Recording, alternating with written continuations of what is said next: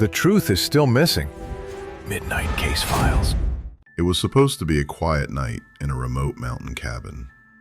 By morning, the scene inside shocked investigators and launched one of California's most enduring unsolved murder cases. More than 4 decades later, people still ask the same question. How could multiple people be brutally murdered inside a small cabin, while children slept just a few feet away and survived completely unharmed? This isn't just another cold case. It's a mystery filled with missing evidence, conflicting witness statements, and unanswered questions that continue to haunt investigators, journalists, and true crime fans across America. Welcome to Midnight Case Files. Tonight, we're opening the file on the chilling Keddie Cabin Murders. It was the evening of April 11th, 1981. In the tiny mountain community of Keddie, California, Sue Sharp was spending the night with several of her children and a family friend, John Sharp, inside cabin 28. Everything seemed normal. But sometime during the night, everything changed. The next morning, Sue's daughter Sheila returned home after staying with a neighbor. What she discovered would become one of the most horrifying crime scenes in California history.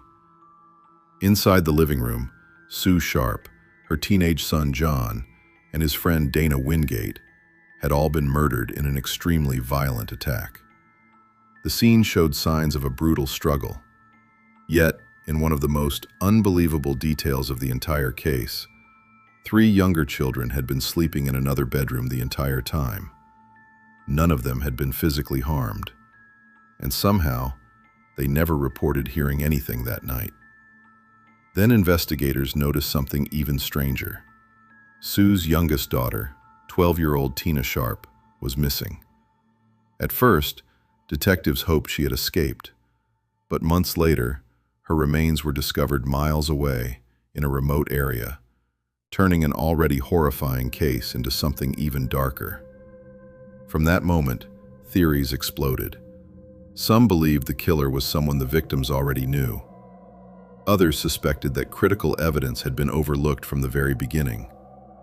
Over the years, reports surfaced about possible investigative mistakes, evidence that wasn't fully processed, and witness accounts that seemed to contradict one another.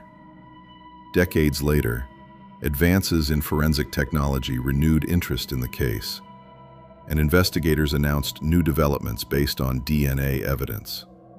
Even so, no one has ever been convicted for the murders. Here's what makes this case so disturbing to me. It's not simply the violence. It's the number of opportunities that may have existed to solve it.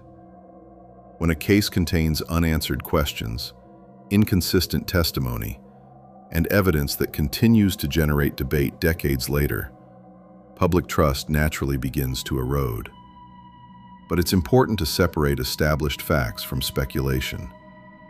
Many theories surrounding this case have spread online over the years. Some are based on real investigative records. Others rely almost entirely on rumor. That's exactly why this case still fascinates people today. Not because every mystery has a hidden conspiracy, but because even after years of investigation, some questions remain unanswered. Sometimes the most unsettling truth is that justice can remain out of reach for generations.